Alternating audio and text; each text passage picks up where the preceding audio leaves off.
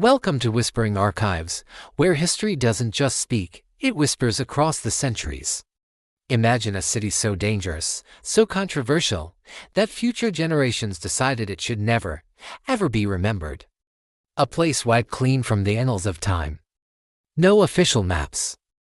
No government records. No documented history. And yet, traces of it still exist, haunting the landscape like a ghost. This is the chilling story of Cahokia, the forgotten giant of North America, a city that was deliberately erased from history.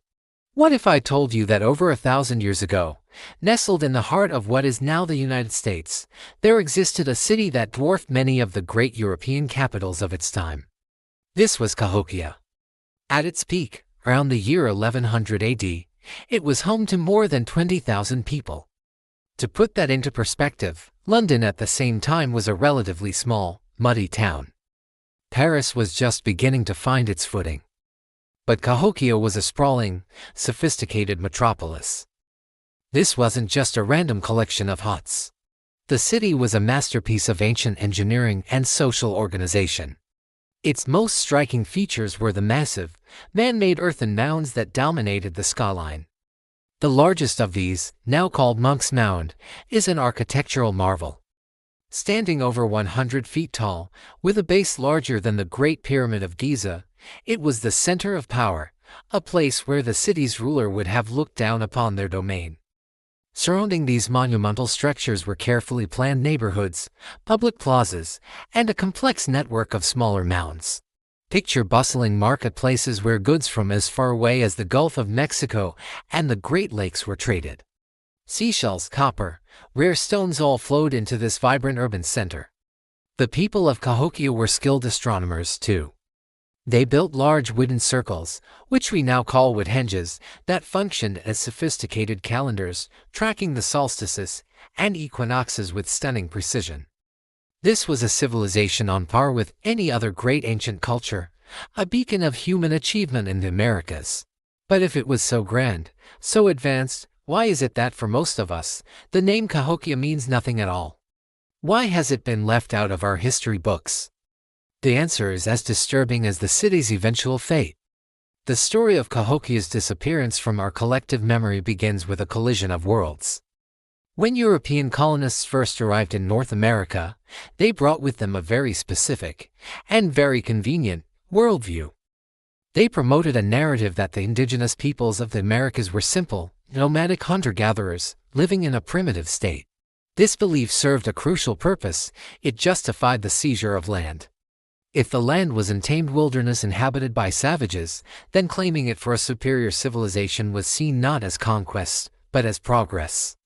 Cahokia was a direct and undeniable contradiction to this narrative.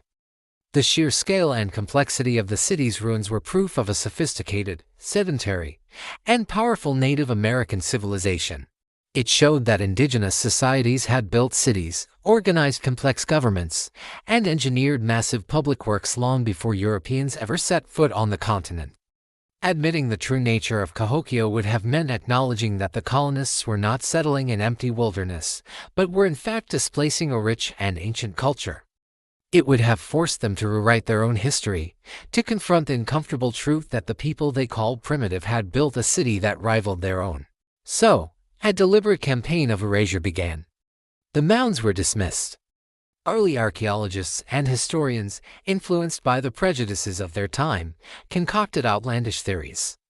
They claimed the mounds must have been built by a lost race of Vikings, or perhaps the ancient Egyptians, or even the inhabitants of the mythical city of Atlantis.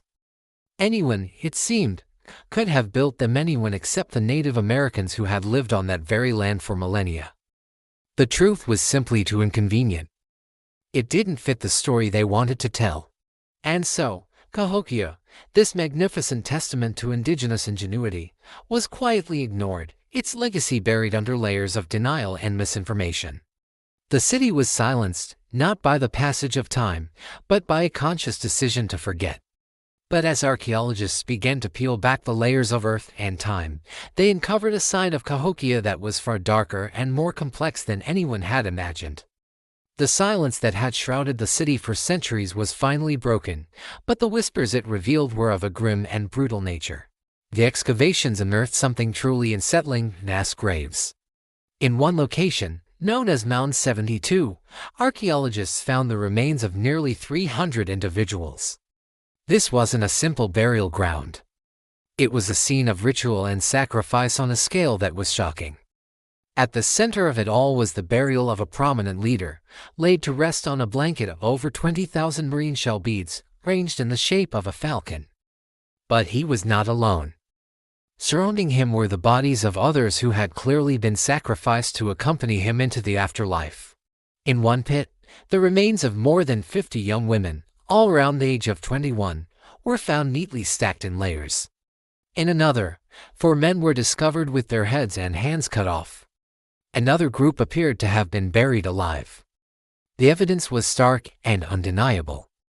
This wasn't just a peaceful city of farmers and traders.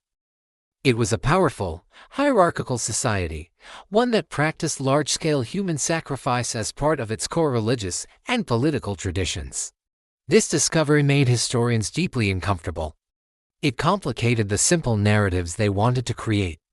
For those who sought to romanticize Native American cultures as perfectly harmonious and peaceful, the evidence of such brutal rituals was difficult to accept.